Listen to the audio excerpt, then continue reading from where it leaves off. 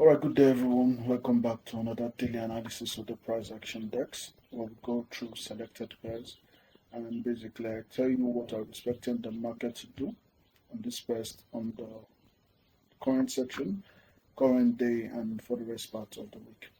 Now, starting out with gold, we're on the weekly chart and we can clearly see price swept out previous low, so let's say previous weekly low, which is the 4th of May weekly low. Took out that low at Sunday opening yesterday, and we have had a rejection. After the rejection, we did close and closed bullish, showing a turtle soup form, and going down to the daily, so I'll show you that clearly.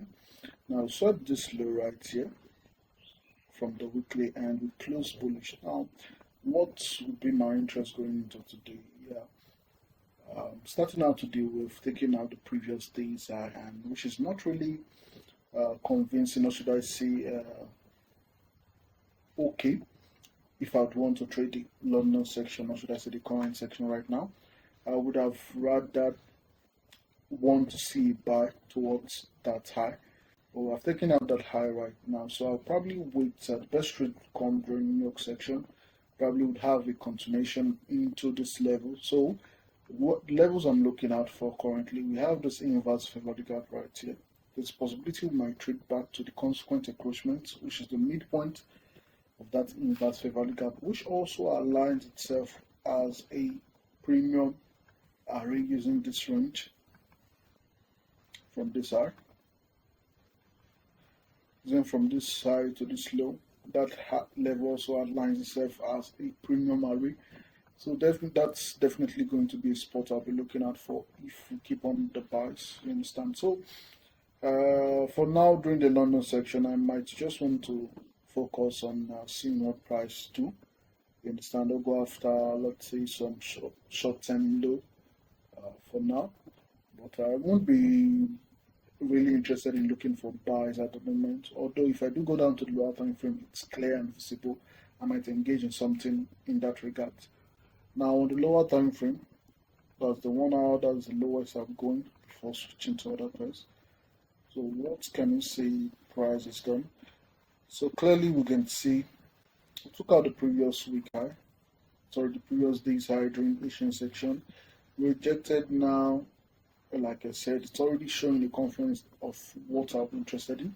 So we took out that level run towards previous days New York section low.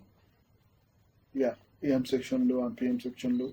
Took out that liquidity right there. So for London, it's likely going to be less move. We might likely see lesser moves during London section. So it's also supporting the idea of me wanting to stay out till New York section for looking for a trade. So that's that. Now going to the silver. Silver, yeah, it's quite I'm using what we've been doing on silver right there. It's not really clear in regards to gold, what I'd want to see on gold. Personally, I would like to wait and see how we close today on silver. And if we keep on pushing lower on silver, currently it's still interested in lower prices. Keep on pushing lower on silver, I might likely want to see price run towards sell side objective here and sell side objective right here. So those are going to be my interest for silver.